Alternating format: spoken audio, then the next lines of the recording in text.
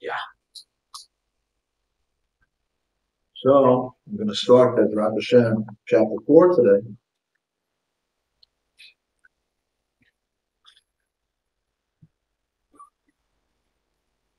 It said that the nature of the animal soul is to be drawn toward the pleasures of this world, and that hides over the desires of the godly soul. In the person, the godly soul wants godliness, right? In order for the person to actualize the desires of this godly soul has to be in control. But if the animal soul is controlled, the animal soul covers over those desires. The person doesn't have a feeling for godliness and spirituality. And the Rebbe says, like we see, like we see in actuality.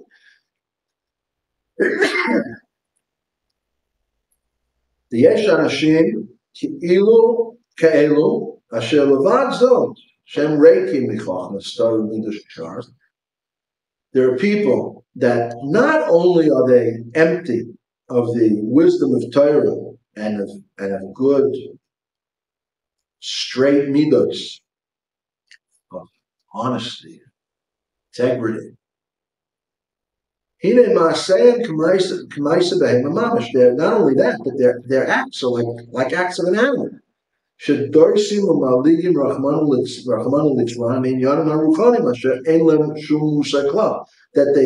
they go and they trample and make fun of Hashem protect us from spiritual things that they don't even have any idea about.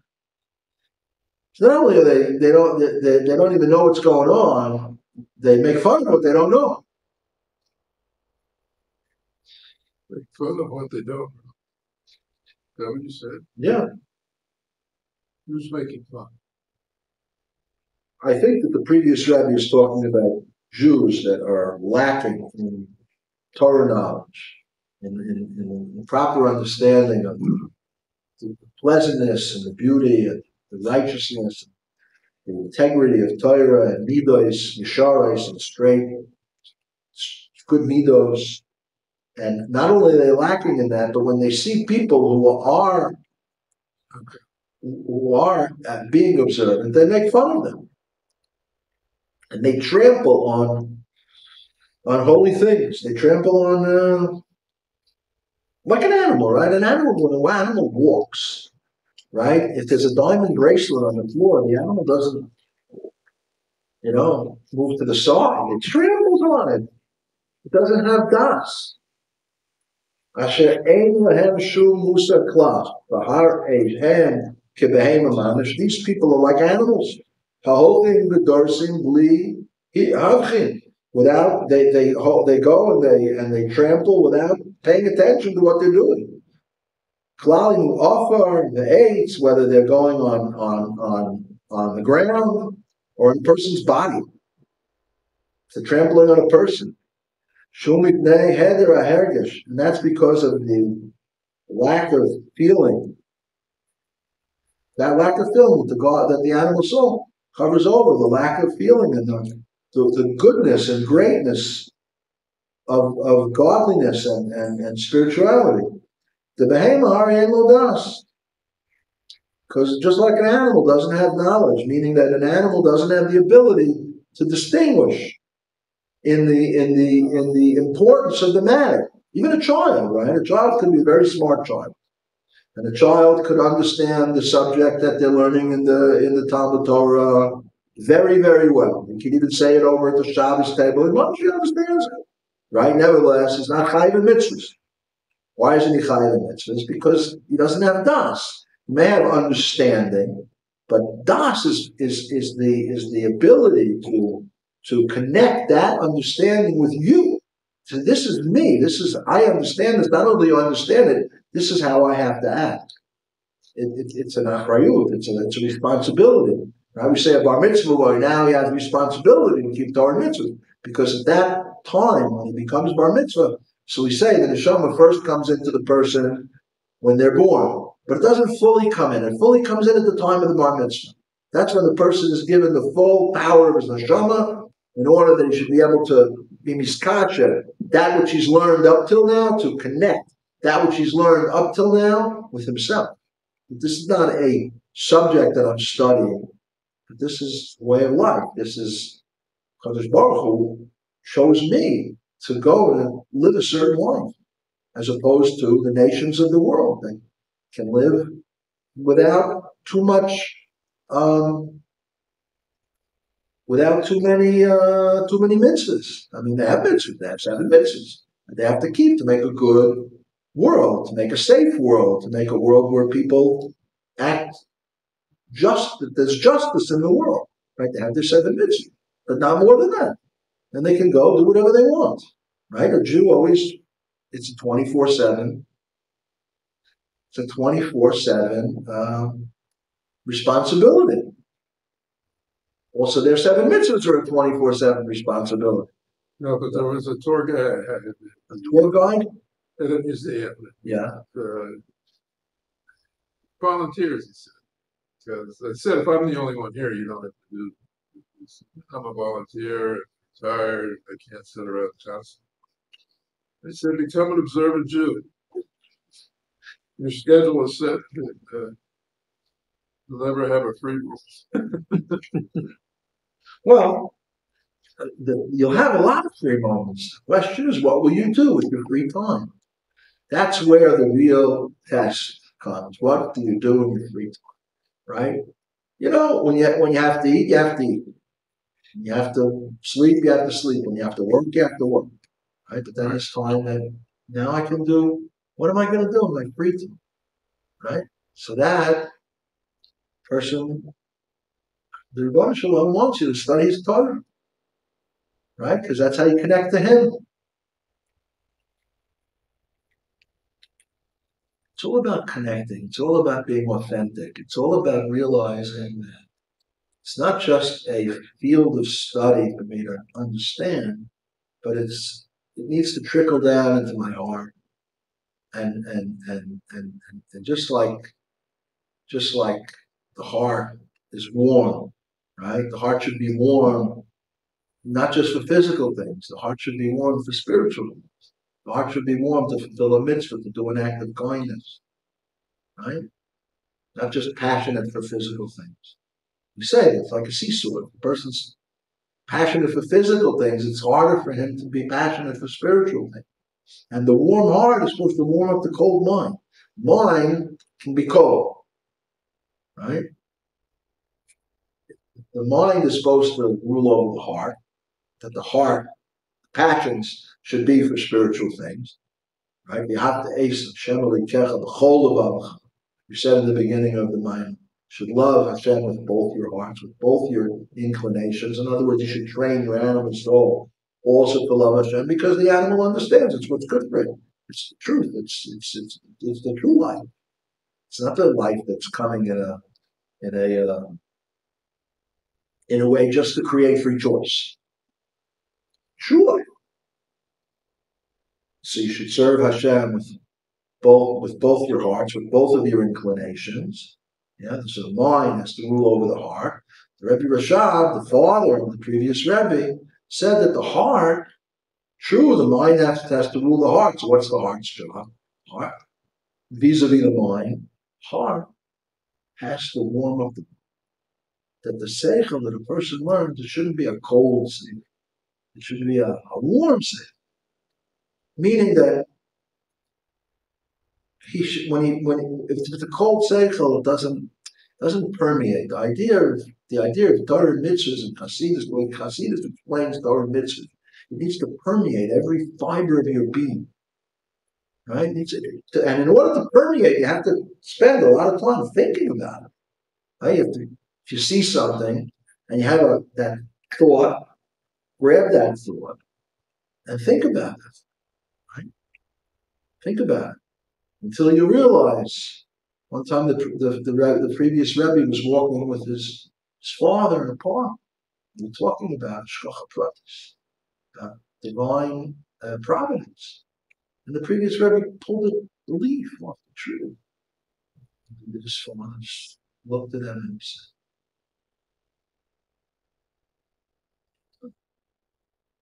"Created this life. Why are you pulling off the leaf from the tree?" No, you have to. A person has to pay attention to what's going on, and if someone's talking to him, right, you should listen, and you should, with a caring heart, with a caring mind, and you should try to help the other person. You should warm up his mind. The heart should warm up the mind. The mind is naturally cold. Hasidus is supposed to warm up. The person, the Jew, should be warm, not just in his heart, but also in his mind. So there are people that the previous Rebbe says, we see in actuality they don't have any knowledge of Torah, and they trample over all kinds of things. It's just like an animal doesn't have the knowledge to be able to distinguish between what he's walking on, whether it's something he should trample on or not. These people too, they're not able to distinguish. They're like animals. The loyim ala Torah mitzvahs, and they make fun of Torah mitzvahs. And we have aboishrim lehem drachim shonim, and amongst them there are those who choose different ways. Mitzvah zeh hakaimim. This particular mitzvah they choose to fulfill. Ubezeh eina rotzim lekaimim, and this they choose not to fulfill. Ma'adoyna.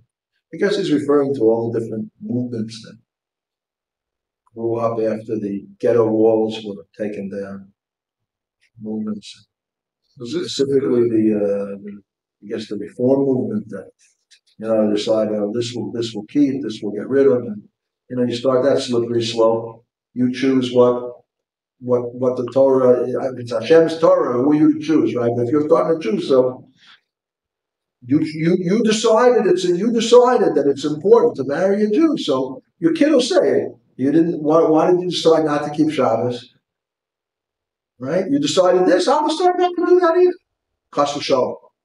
Yeah. Anyway, you wanted to say something or say something? This is the fifth Rebbe.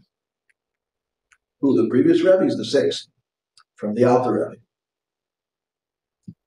So this is the Rebbe's father. Right. Rebbe's father, and this is the sixth Rebbe from the Alter Rebbe. The Rebbe is the seventh Rebbe from the Alter Rebbe. Who's the fifth? The Rebbe Rashab, his father. Right? You got the Alter Rebbe, then the Middle Rebbe, then the Tzemach Tzedek, then the Rebbe Marash, then the Rebbe Rashab is the previous Rebbe's father, and then the Rebbe's previous Rebbe, and the Rebbe. The Kol Hashvim Chaviva, and all the sevenths are beloved. Reuven Dunam, you ever heard of Reuven Dunam? Reuven Dunam is a shaliach. I think he's still in this world. There's a shaliach in, I think, the North Haifa area. So Reuven Dunam is a mashpia, and he works on a moshav, driving a tractor. Very, a man of the earth. And one time he was, but a chassid, a serious chassid. And one time he heard some people, scholarly people, not observant people,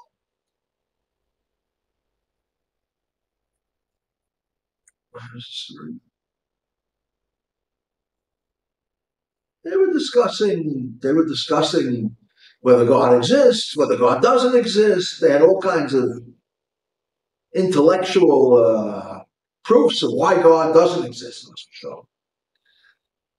So he went up to them and he said, "Let me ask you a question." He said, "Why is it?" He worked on Moshav. He said, "Why is it that the Yitziot, the Hafrashot, the Tzuot, the excrement of a cow is big, and of a goat it's different. It's like smaller, and of a rabbit it's like a pellet?" He asked them that. They didn't know.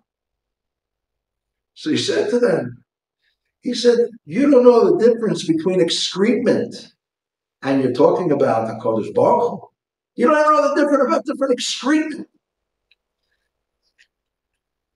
A person could be a great scholar. They could be teaching Hasidus at Bar Ilan University. And you could ask them any question and they'll know the answer. But if it doesn't come down from the mind and affect the hearts, and it's not fulfilling the purpose. The purpose is to permeate the person's being, not just to stay there in the halls of study. What if the studying permeates the being more than davening permeates? I don't really understand your question. What if I say that I'll make it, that I get more connected during studying than during that? I once said it to Yisrael Kaplan. Yisrael Kaplan lives in Sodom. Should be well. And he was like the Oizer of the Shaliach in Miami. He was like the helper. He, was like the right-hand man of the Shaliach in Florida. And I went to him one time and I said, Yisrael, I'm not getting into the davening. So you know what he said to me? He said, do you understand the words? Right there, He just told me right there. So if you're understanding the words, so then maybe you're going a little too fast. I could read the words really fast, and even I don't understand. I'll understand them, but are they really gonna make me feel something about what I'm saying? Probably not, right? But if I mitbonen and davening, if I take my time and I daven and I think about the words I'm saying, right, it has a whole different effect. But the minyan is the minyan. Shmona Esrei is coming. You gotta get there. It's a challenge. It's a challenge. Difference between shiurim on davening and actual davening. Grand Canyon. It's a wide gap you're saying. Well, it's a good idea, right? To take one part of the davening, right, and focus on that for a while. And then when you get that part down and you say, that part, I like that. I can relate to it. You're relating to it. You're relating to what you're saying. You can move on to the next halaluka, right? And then, even when the speed increases and there's still a reshima, there's some impression that it makes on your heart. Yeah, davening could be challenging, especially the speed that we daven at. It's too fast. I believe it's too fast. Go change the world. I once the Ger Hasidim, so they just go very fast, and they explain it's like a train. The train's got to go from here to there, right? That's the goal. That the train should go to here from there, and there should be nothing to lahafriya b'der, nothing to interfere on the way. So if you just go and you just start and you run till the end, right? The Yitzhar can't confuse you with alien thoughts. Okay? It's a sheep. Something to be said also, we're on that topic, no matter how fast it goes, you still got up, got out of bed, went to a show, put on this, put on that. Still, made a statement. Right. Yeah, sure. That's right. Mm-hmm. That already these days is already not Mugan Mela, not self-understood that everyone's going to be doing that. It was once a time that everyone was doing it.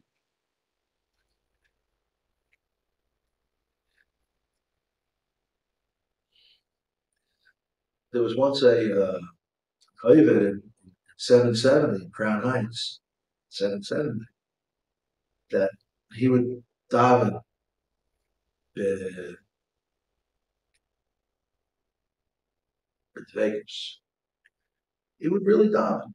Take his time. And he would daven when it was already late in the day. He was already still in the beginning of Shacharis.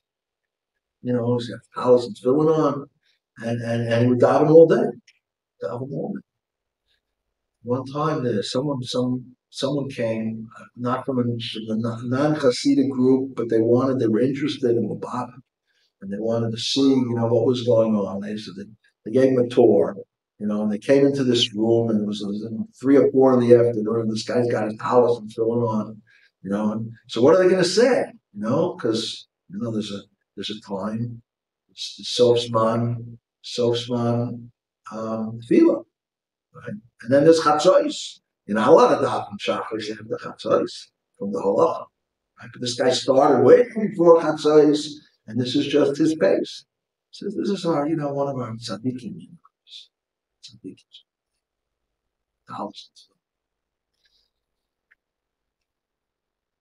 It's hard to explain. It's hard to explain. Well, one time, 2 Hasidim, the Rebbe from Ruzhin, they were at an inn, and they saw the innkeeper daven late. So they gave him over the head. They said, "What are you davening after the prescribed time for davening after Sofsman Tefillah?" So he said to them, "I was by the Rebbe. The Rebbe davened after Sofsman Tefillah." They said to him, "What is this likened to?" And they told him, once there was a guy, and every day he came home from work in the fields at 6 o'clock. And every day at 6 o'clock, his wife brought him peas and carrots. And every day he sat down and ate peas and carrots. One day he came home from the field at 6 o'clock, and his wife was in the kitchen. So he comes home. That's my day. So he comes home at 6 o'clock, and there's no food. But here's his wife working in the kitchen. She's probably preparing something more elaborate. Thank you. So 7:30, 7:45, she comes out with a steaming hot plate of peas and carrots. So he said, I have to wait another extra hour and a half, or hour and 45 minutes to get the same peas and carrots. I could have peas and carrots. That's what they said to this innkeeper. In other words, when the Rebbe davens after the time, he's bringing to HaKadosh Baruch Hu something much more tasty. But you're bringing the same peas and carrots, so bring the peas and carrots on time.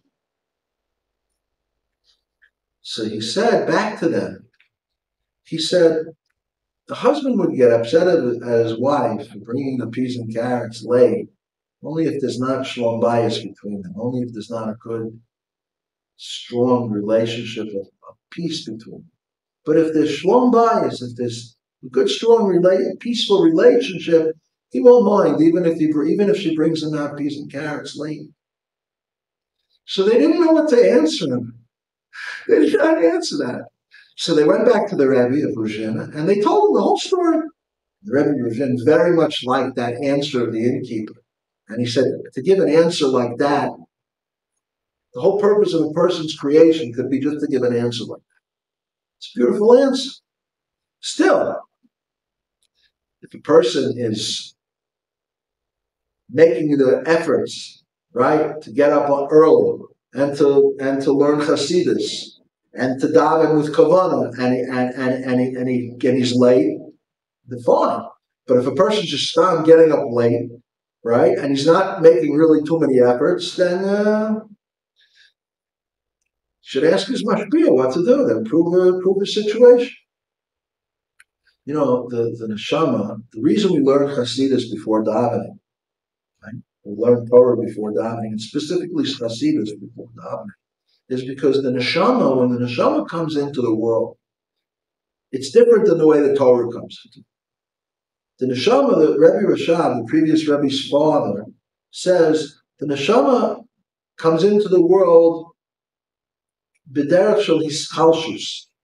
As the neshama goes from the higher world, it's born in the world of Atzilus, which is the world above creation, and then it comes down through Bria, and then Yetzira, and then the spiritual world of Asiya, and then it's born into a body in this world. So as it goes through the different worlds, its power of Re'iyas Elokus, of Hargatas Elokus, its power of seeing and sensing godliness is weakened. And therefore, the neshama needs to be aroused. It needs to have an injection every morning of Hasidus to give it a little, some light. It needs to shine a little light, not just to crawl out of bed, to roll out of bed, get dressed, go to shul, just dive and go back and then continue. Torah, on the other hand, Torah is likened to water. So even though the Torah, as it is down here, right, up above, it's without physical garments, right? Nevertheless, it's likened to water, just like water comes from a high place and goes from a low place. Nevertheless, it's the same water, right? Torah is the same Torah. Torah doesn't go through that weakening. That's why Torah has the ability to awaken a Jew. On the other hand, the Jew, there's discussion in the amongst the sages, what's higher, Jewish people or Torah? And the conclusion is that the Jewish people are higher than Torah. They're both godliness. The Neshama is godliness, Torah is godliness. It says, Raisa v'kutshabrichu kulochan, Torah and Kodesh Baruch are one. The Neshamas are a chelik elokan, the Neshamas are a part of Kodesh Baruch. They're both godliness. But Neshamas are hard, that's the conclusion. And what's the proof that they give to show that the Neshamas are higher? That in the Torah it says, Vayidaber Hashem el Moshe, Daber el Bnei Yisrael. And Hashem says to Moshe Rabbeinu, speak to the Jewish people. The fact that the Torah says speak to the Jewish people, that's a proof that the Jewish people preceded Torah in level. But down here, the Torah is higher than the neshama that's invested in the body. When we say that the Jewish people above are higher in level than Torah, that's above. Down here, the neshama that's invested in the body needs Torah to uplift it. Torah uplifts us, right? It draws us to, it connects us with the Kodesh Baruch. We're connected, but it reveals that connection. One time there was a chassid, it was a Frierdiker Rebbe. The Rebbe were learning his Maamar. And he sent them to another Jew. He sent them on a mission to see how this Jew is doing. And the chassid came back with his report, and he said, he's doing well, but one of the oisiyos in the Sefer Torah is pasul. One of the letters in the Sefer Torah is pasul. How would you say pasul? Invalid. He was referring to this Jew that, he's good, but there's some things that aren't. Pasul. Pasul means invalid. Like a person has a esrog, yeah? And it has that little thing that sticks up at the top, the piton, right? So if the piton breaks off, and there's no more piton, it's invalid. That's called pasul. So he said about this, one of the letters of the Sefer Torah is pasul. He's talking about that Jew. The previous Rebbe didn't like that, to talk about a Jew like that. And he said, you're incorrect. There's no letters that is pasul. It just has some mud, some dust on it. Just have to go. Just have to take away the dust. But every Jew, in his essence, is pure, holy. And it's going to be covered over with some dust and some mud. So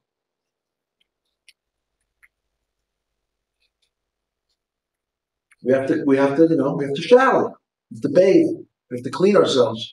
Just like you clean yourself physically, you have to clean yourself spiritually inside. Even more often. Huh? Maybe more often. In one of the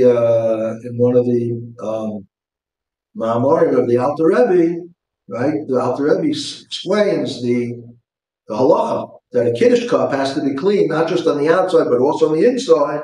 The vessel has to be clean from the inside.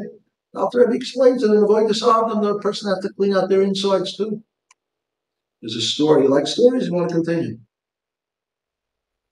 You like stories? You like stories? Yeah. One time, the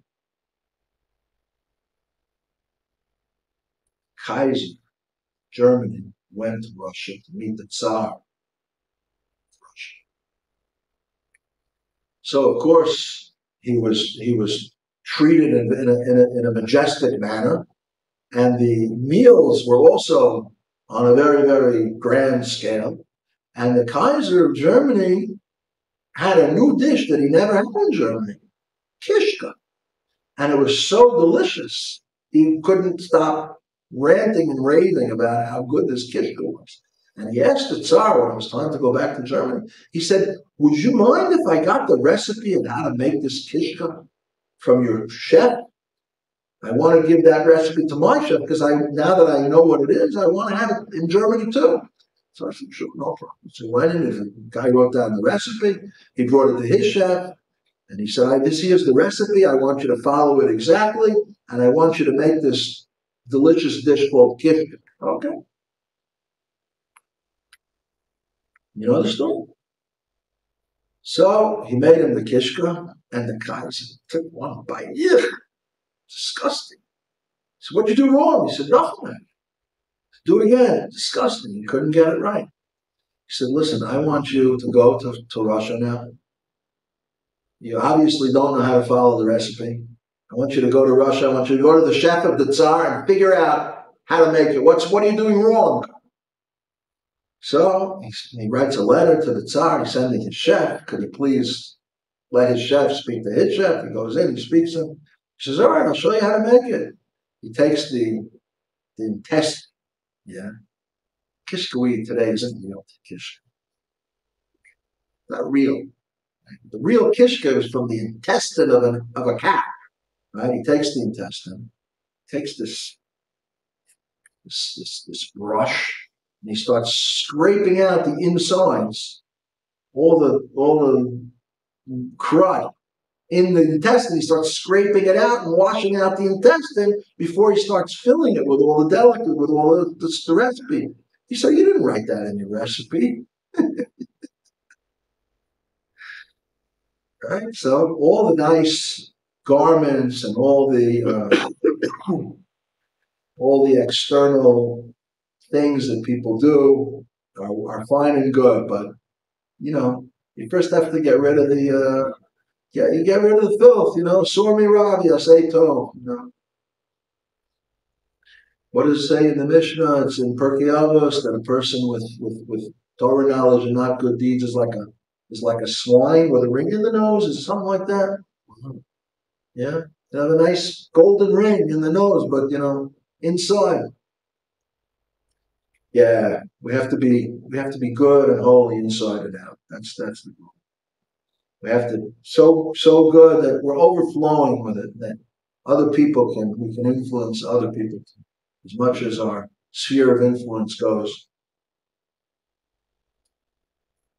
The kol zehu ba me'azus v'akriyus the nefesh b'hamis, and all this, when we see that it's not the case, and there are people that trample over Torah and mitzvahs, even though they don't even know about it, or even if they do know about it a little bit, or they pick and choose, or they make fun. All this comes from the animal soul.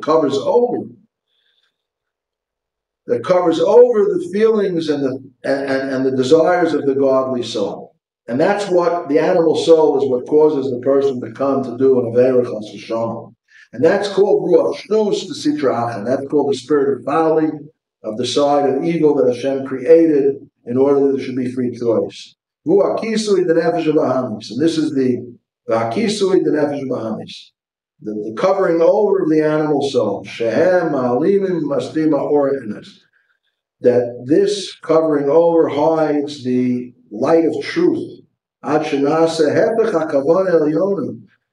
if the light of truth is hidden over, the person lives a life which is the opposite of the divine purpose. The kavana elyona, that the divine purpose should nidra oilim bichdei levaro and velasoi seklila lakus. For the divine purpose is a person is created in the world, and the world was created in order that we should purify it and make it a vessel through which godliness can be revealed. And through the covering over of the animal soul comes out the opposite of the true intention. That not only is the world not become purified, not only that, it also covers over and hides the light of truth. And this is the spirit of folly that hides over the emes. So now we're going to start chapter 4. However, even though nefesh of Bahamis is able, the animal soul is able to cover over the nefesh of Elokis, prevent the nefesh of Elokis from actualizing itself in the person's thought, speech, and deed. And that's called the Ruach Shtus, and that's called the spirit of folly that covers over the light of truth. Hainu das Vazvel is Nailoif Elokus, that the world covers over Elokus, who rak ala midos the nefesh. It's only over the midos of the God. Abalo ala atzmus the nefesh. Usually when we say midos, we mean midos meaning the emotional attributes and not the intellectual attributes. But we just said above that the animal soul can cover over on the person's seichel too. So over here in the footnote, it explains that when the Rebbe says that the animal soul covers only over the midos of the nefesh elokis, but not over the essence of the nefesh elokis, he means to say that the animal soul is able to cover over the way, all the different ways that the godly soul is able to express itself in its desire to connect with Elokus. But it's not able to cover over the true essence of the godly soul, like we said already many times, and therefore when a Jew comes to a test of faith, if he's confronted by a Gentile who says, kiss the cross or this sword will kiss you, he gives up his life. Because over there he already senses that his godly soul already is now sensing. He senses his godly soul. He senses that if I do this, I'm disconnecting from the Kodesh Baruch Hu. And he doesn't want to do that, even if he lived his whole life in a way where he wasn't connecting with the Kodesh Baruch Hu. When it comes to a test of faith, all of a sudden this essence of his soul becomes revealed. This is what happens on Yom Kippur. That's why Yom Kippur, there are 5 tefillas. They parallel to the 5 levels of the soul. And the Ne'ilah is the parallel to the Yechida. And that's why Yom Kippur you see Jews that are all year long, they don't go to shul. All of a sudden Yom Kippur comes, they become religious, they become observant, they flock to shul. Especially for Ne'ilah, right? Kol Nidre and Ne'ilah, the beginning, the end. Kol Nidre and Ne'ilah. Why is that? Because all of it, they sense it. They ask them to explain. What do you mean explain it? Kippur. Right? The streets are basically empty. Kids are playing on the major streets. Right. Yeah. It's a beautiful sight to behold. So someone once asked, so what is the reality? Right? Because all of a sudden you see people that are not being observant the entire year, and then all of a sudden Yom Kippur comes and they're observant, they're fasting, and they're davening. Right? So what's the reality? Are they observant or not observant? Do you look at the one day of the year and you say that's the true reality, Or do you look at the 364 days in the year and you say, no, that's the true reality? Do you take the majority? Or do you take that one day? So the answer is the one day, that's the reality. That's the reality of who they really are. The rest of the day, so Yom Kippur, there's an ore that shines in the world, and the neshamas sense that ore. Right? Yom Kippur goes away, the neshamas don't sense that ore. So the covering is able to have an effect, but on Yom Kippur the covering is not able to have an effect. And especially in the diaspora, where you really have to go out of your way to. I mean, you have to put in, I'm not going to be at work that day. If you didn't care at all, you would just stay and work. You could probably get promoted or something. Right, that's right. So you make your... It's more of an effort. Yeah. You have to plan ahead.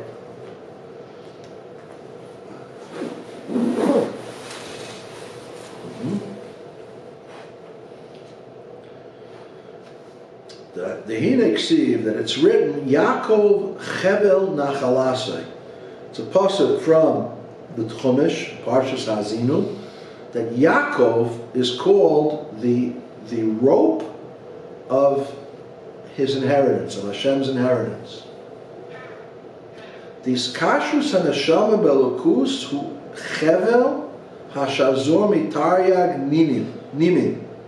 This is a metaphor for the neshama, the rope. The rope is a metaphor for the neshama that's made up of just like a rope has many strands. The neshama has 613 strands. The chevel hu neshama atzma, that the rope is the neshama itself. The nishmasa shalavim hu chevel hamakashur belukus. The neshama is that which connects the person with godliness. Ulazayis neshama atzma shazoira mitayar ninim, and the neshama is made up of 613 powers. Ukadisa b'sefer shalbeinanim perik nun aleph, the neshama klul mitayar koiches. And just like it's explained in the Tanya in chapter 51, then the neshama includes 613 specific powers. In the footnote over here it says that just like the body is contained of 613 parts, Rama Chevarim Meshisa Gidim, 248 limbs, and 365 Gidim. Gidim is usually translated as nerves, but it means I think it means veins and arteries. Anyone who's interested in knowing how the 248 limbs are explained can look in the Maamar. The Maamar lists each of them. You can see 248, how there are 248 limbs and 365 veins and arteries. So just like the body is made up of 613 parts, Gama Nefesh, also the Nefesh. The source of life and power of the body is also made up of 613 parts. And these are the 613 spiritual aspects that through these 613 spiritual aspects, each one of these spiritual aspects connects to a different part of the body. Yeah? So if a person sees, he has a power of his soul to see. His soul sees. His soul can't see physical things without physical eyes. So the eyes are the vessels that the soul invests itself in order to see. A person has a power of sight. If a person, chas v'shalom, if his eyes get injured and he can't see anymore, it doesn't mean that his soul doesn't have a power of sight anymore. It just means that his soul now cannot express the power of sight because of the physical vessel is damaged. But if the person has an operation, right, and they're able to fix the eyes, all of a sudden the person can see again. what happened? Now the spiritual power of sight is able to express itself in the physical vessel. So there are 613 parts of the body, and the neshama is made up of 613, also 613 spiritual powers.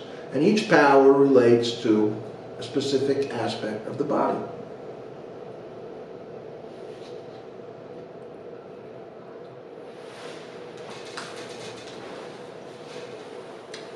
So you can tie each mitzvah to a specific. You can connect each mitzvah to a specific part of the body. Yeah. And the circulatory system also. The reason I said that the Gidi means the circulatory system is because it's explained in a lot of places in Hasidus that the mitzvahs, the 248 positive commands draw down godliness into the world. And the 365 negative commands prevent that godliness from going to the wrong places. If a person draws down a great energy, so they have to be careful that that energy goes to the right places. Nuclear energy is a very, very powerful energy, right? And if it's used in the right way, it can heat up a whole city. It can provide electricity very, very cheap, at a very, very low cost, because it just gives off energy. You know, it just keeps giving off energy. You don't have to do anything. You know, and when those rods, they take these rods that are radioactive and they submerge them in water. So these radioactive rods are constantly giving off energy, and the water is getting hot and boiling, and the steam now is able to spin turbines and produce electricity and can heat up a whole city. But if it's not controlled and it's not contained, and it can be explosive and destroyed. So too the circulatory system of a person, right, is that part of his body where everything flows, right? All the energy that a person takes in, right? When he breathes, the oxygen in the air goes into his lungs, and then it goes into his blood, right? And it goes around and nourishes all the cells with oxygen. And when he drinks and eats, right, and his digestive system now transforms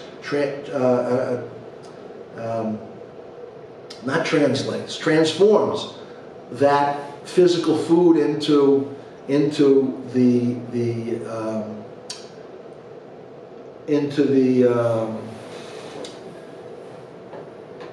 nourishment that the cells could use. The blood is what transfers all of this nourishment to all the cells of the body. It's the circulatory system that's making sure that all the energy goes to the right places. That's why I translate it as the circulatory system, because if a person gets a cut, all of a sudden the blood is going to the wrong place. And if a person does an Avera Chas v'Shalom, so he's taking that spiritual power, that spiritual energy, and he's directing it in the wrong place. And he's giving power to the klipa. He's giving power to the other side. That's why the Yetzer Hara, it says, Chazal say, that the greater a person is, the greater his Yetzer Hara becomes. Not only that there should be this balance that a person should always have free choice, but if a person all of a sudden, right, his mind becomes illuminated with godliness, he learns something and he has, what does they call it, epiphany? Is that the world? He has an epiphany and he grasps onto it and he's mitbonen on it, he concentrates on it, and he integrates it into his life, and now he's a changed human being. So what do you think? He doesn't have a Yetzer Hara anymore? He has a bigger Yetzer Hara, because he still needs to have free choice. Not only that though, now that he's more of a powerhouse, so the side of evil can gain more from him.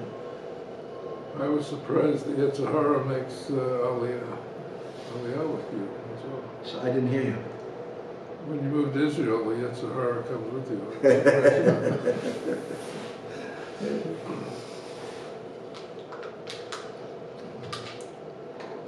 Right? That's right. And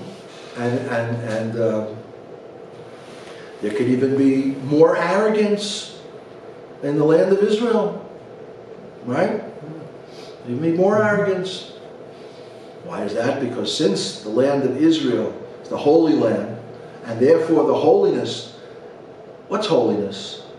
Holiness is when you take that big I, not you, I'm talking about me, take the ego, right? That Rabbi Y.Y. Jacobson says ego stands for easing God out. You lower the ego and you let God in. The Gemara says that me and an arrogant, the Gemara says about that HaKadosh Baruch Hu says that I am an arrogant person. I can't dwell in an arrogant person. We can't dwell together. There's no room. If you have a cup that's full, there's no room to pour anything else into it. But if you start lowering your eye, and you make room, so you're making room for others, you're also making room for HaKadosh Baruch Hu. So, I forgot.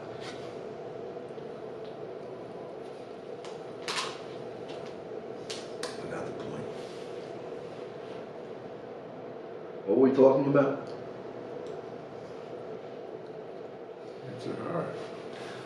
Oh, right. Coming to Eretz Yisrael. Thank you.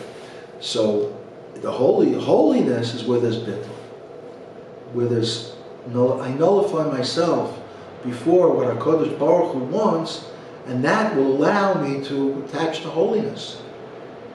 So, since in Eretz Yisrael, it's the Holy Land, which means that the power to be mevatel yourself before HaKadosh Baruch Hu is much greater, so therefore there has to be also a power for not being mevatel yourself, a power for arrogance. I heard once a beautiful explanation of the Mishnah in Pirkei Avos where it lists the 10 miracles that took place in the Beis HaMikdash. And one of the miracles it lists is that everyone, when they stood in the Beis HaMikdash, they were crowded. There was no room to move. There were so many people. It was packed. But when they were mishtachaveh, when they prostrated themselves on the ground, there was room. It's a miracle, right? Because when you prostrate yourself, you take up a lot more room than when you stand on your 2 feet. You stand on your 2 feet, you take up a space. You take up a space, but you take up a much smaller space when you prostrate yourself on the floor. That was one of the miracles. They stood in a crowded manner, but when they prostrated themselves on the floor, there was plenty of room. How could that be? It can't be. It's a miracle. That's why it's a miracle. Someone once explained, I think it was Rav Ashalem al-Kohen from Beitar, but I'm not sure, that when a person is in a standing, right?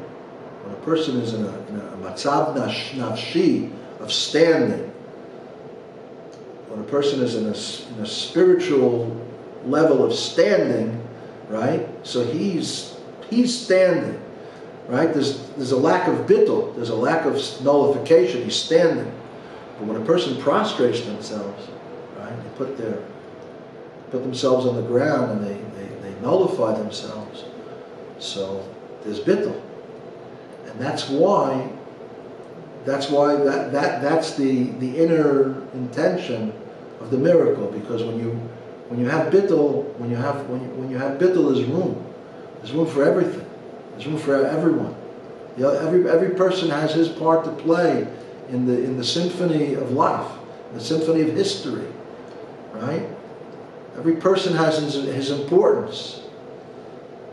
Someone sent me a clip a couple of weeks ago of an Orthodox guy who had a furniture store, and a guy, he was advertising a certain couch for a good price, and a guy called him up and wanted to buy the couch. The guy came in with and he had Nazi tattoos. He had swastika tattoos. I saw that. Did you see that? Yeah. I saw that. And in the end, he told the guy, he was very nice to the guy. In the end, he told the guy, that he's Jewish. He took off his cap and he showed him he has a yarmulke. The guy was shocked. He was speechless. He didn't know what to do. He just walked out of the store. He bought the couch and he left. A year later, was it a year? Something like that. A year later, the guy came back into the store. He was wearing long sleeves, covered up his tattoos because he was embarrassed about them. And he thanked the guy. He said, "You changed my life. My whole paradigm about the Jewish people was all wrong. And it took your kindness to me to make me see it." So you would think, how am I going to be able to extract some goodness from this person? This person is such an evil person, right? But it did, and it can, right? You know, if we act the way we're supposed to act, and you know, in a time of peace, this guy came into the furniture store. He didn't come in to kill the guy, right? He was wearing a swastikas, which was saying what his attitude was, but he wasn't in an actual intent to cause harm. And when there's a case where there's an intent to cause harm, like when you're in a war with your enemy, you don't have any rachmanis at all. You don't have any compassion on your enemy. You wipe out the enemy.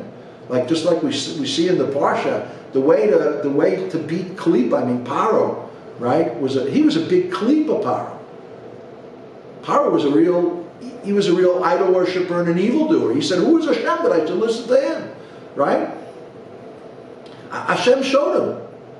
Right. And every time Hashem showed him, and he got to the point where he said, "Okay, I'm going to let you go," all of a sudden, he bounced back and he said, "No, I'm not going to let you go," until he had to be utterly destroyed. You have to sometimes there's klippas, you have to just utterly destroy them, that they don't have any power to cause any harm anymore. That's the situation we're in right now. Mm-hmm.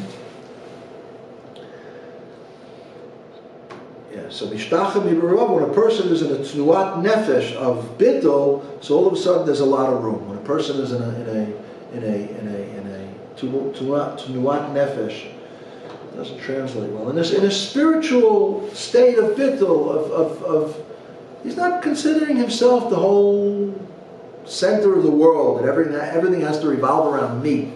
The me there's a me, but the me has it's a healthy me. It's a healthy me that I can be able to love others like I love myself. You can't love others if you don't like yourself. But it's not an inflated me that's only about me. Like Hillel says, right?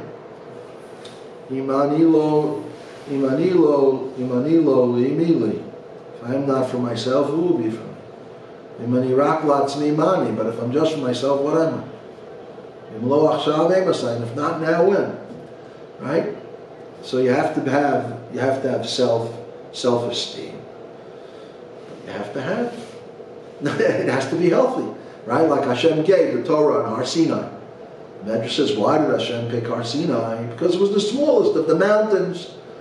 The Midrash says that there was actually an argument between Har Hermon, and Har Tabor, give the Torah on me. They're big mountains. Hashem said, I have a little mountain that I want to give the Torah. And the Chachamim say, why did Hashem give the Torah on Mount Sinai? In order to teach us that we have to be humble. Give it on a small mountain. So the Rebbe from Ger, or Gur, depends how you pronounce it, he asked a question. If Hashem wanted to teach us to be humble, so why give the Torah on a mountain? Give the Torah in a valley. A mountain, even though it's a small mountain, it's still a mountain. You want to teach humbleness, give it in a valley. So he answered his own question by saying that to be too humble and to allow yourself to be trampled over like a valley is also not right. They're the right measure of self-esteem. The Mishnah Brura, the first halacha in Shulchan Aruch says, where it says, Azar ben Tema says, when you wake up, you should be strong like an Ari, bold like a leopard, swift like an eagle, to serve a Kodesh Baruch Hu. So the Chafetz Chaim, the Mishnah Brura, says over there that the attribute of, it says, Az kenamer, bold like a leopard. Gibor ka'ari, strong like a lion. Az kenamer, bold like a leopard. So he says that the midah the attribute of azus, of boldness, is actually not a good attribute. Right? A person could become arrogant and brazen. Right? We say in davening, right? To keep us far away from azus panim, from brazen-faced people. Not necessarily a good meaning.